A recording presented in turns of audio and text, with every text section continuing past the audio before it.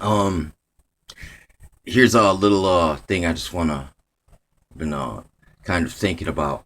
It's like in the Samson story, it's like people in a big part think that Samson derived his power from his actual hair. You know what I'm saying? Which is it's kind of true, but it's not. It's not. It's like the chicken and the egg thing. It's like what was it really Samson's hair that gave him this power? You know what I'm saying? There's a reason why Samson had long hair. It's because he was is what you call a Nazerite, and he was a Nazerite from birth. And in a way, you could think of a Nazerite as kind of like a country bumpkin type of a person. And it's like I don't think people in the really look at the Bible and see that like Jacob was a plain man dwelling in tents. That's in a tent. That's a country bumpkin. Abraham was sent out of civilization where all the idols was at to the plains and the places where they dwelled in tents out in you know once again they had to move around too because they had animals and different seasons. You gotta be in different places to have optimal conditions. You know what I'm saying? So same thing there. They're um and yeah, I mean in a way, and then I guess Jesus kind of grows up in the city environment, and but yet he still is cool with the country bumpkins as well. He's respected by country bumpkins. So and there's no differentiation. It's a good gap bridger. Like being a hardcore country bumpkin Nazarite, it's just like John the Baptist. They had to go way out into the middle of nowhere to find the guy. And he's like, what do you expect to see? You know what I'm saying? Some guy pimped out and draped with long straight hair. You know what I'm saying? It's like this is that's what you're really gonna find, man. Is most prophets kind of they don a garb of humility. You know what I'm saying? Like something that's non-trendy. That's like their garment every day. Like they look non-trendy on purpose. It's kind of like, look, I'm bearing the spiritual state of this world on my skin as a garment, and to remind you that, look, yeah, this is a reminder. This is like your check engine light, your type of a thing too. But anyway, see, and see, Samson's real power came from God. When you're a Nazarite and God protects you, that's why, because it ain't your power, it's God's power. You just are a representative of that. You come under the authority and the power that was bestowed upon you from on high.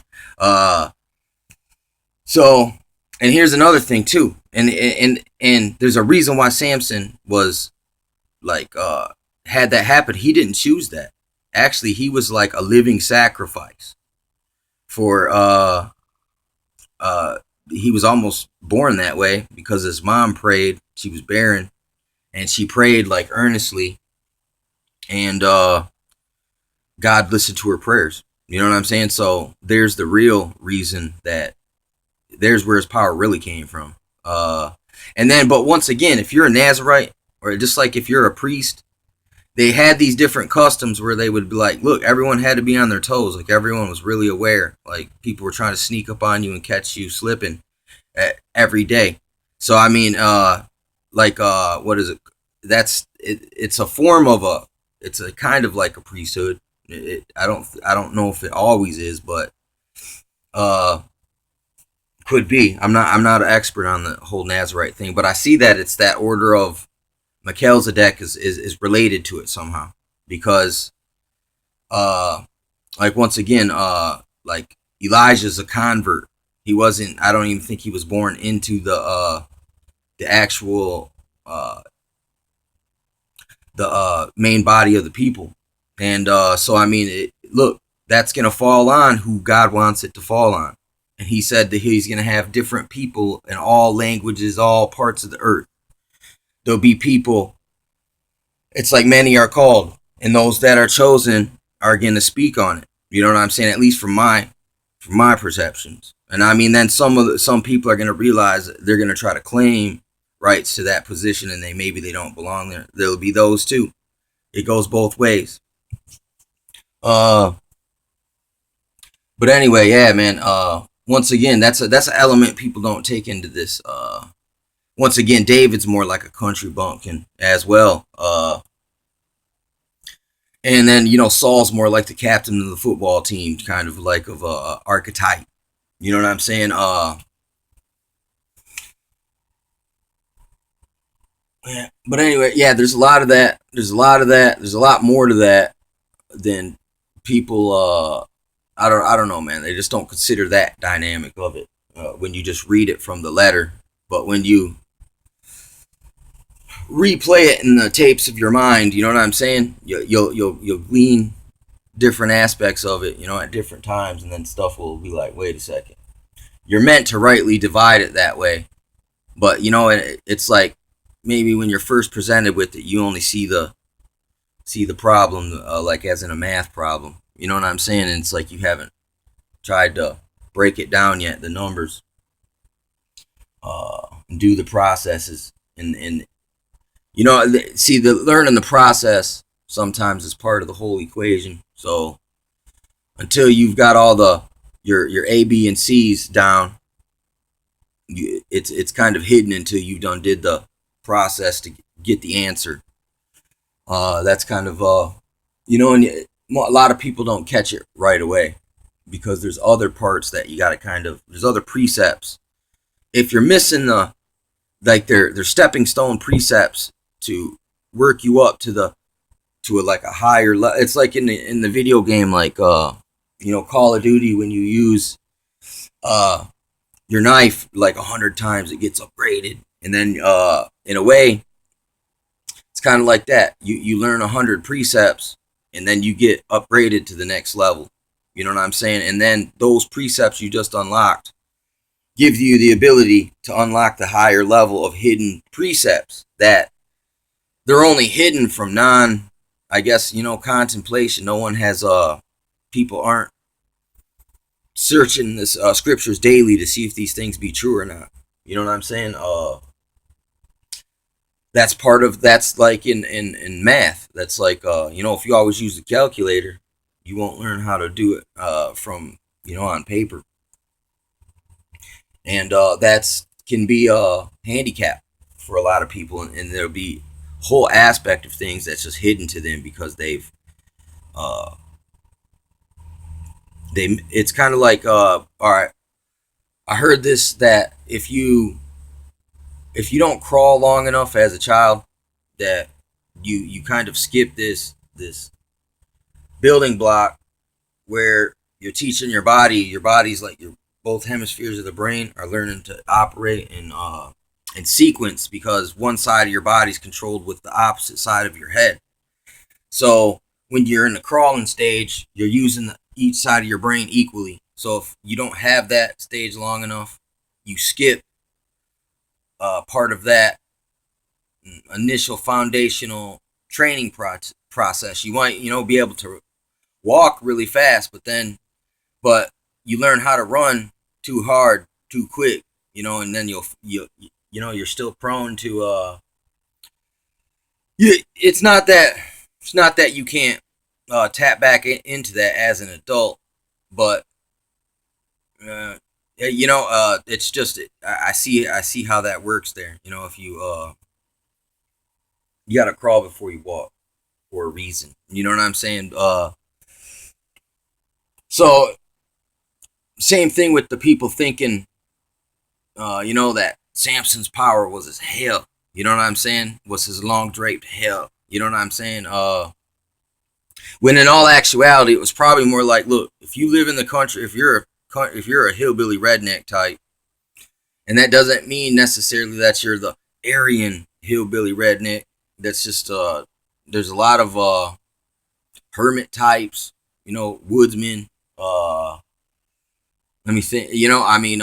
Even some hobos kind of fit that same kind of hey, in the there's guru types as well that can, I'm not saying they're of equal par as who I'm talking about here, but look, there's people all around the world who kind of fit into that same country mouse, city mouse. And that's the one of the reasons why dude wreaked so much havoc, is because he was like a country mouse, and this big city, he knew how to hit them because it's like shoot. I mean, most of the Nazerites, they'll just eat freaking like roots and shit. They don't need much to survive, so they can just go out there, you know what I'm saying, and disappear on them because that's the way they're used to being solitary, and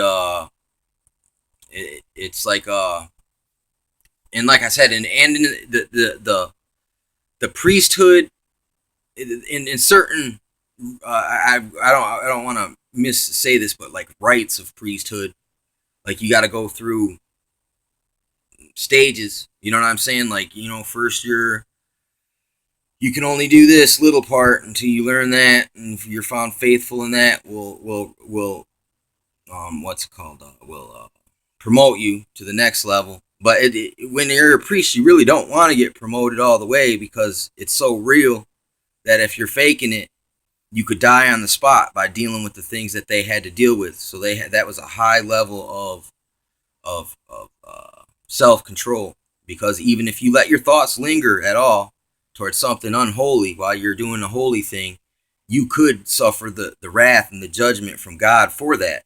But it was like that was as a reminder to the rest of the people who observe the priesthood and all this, that look, God's power is real, and look, literally people will be vaporized if they don't, and that's always, those are holy ashes when people get vaporized by God. It's like a reminder that, like, look, these things are serious. You're playing with nitroglycerin and dynamite here.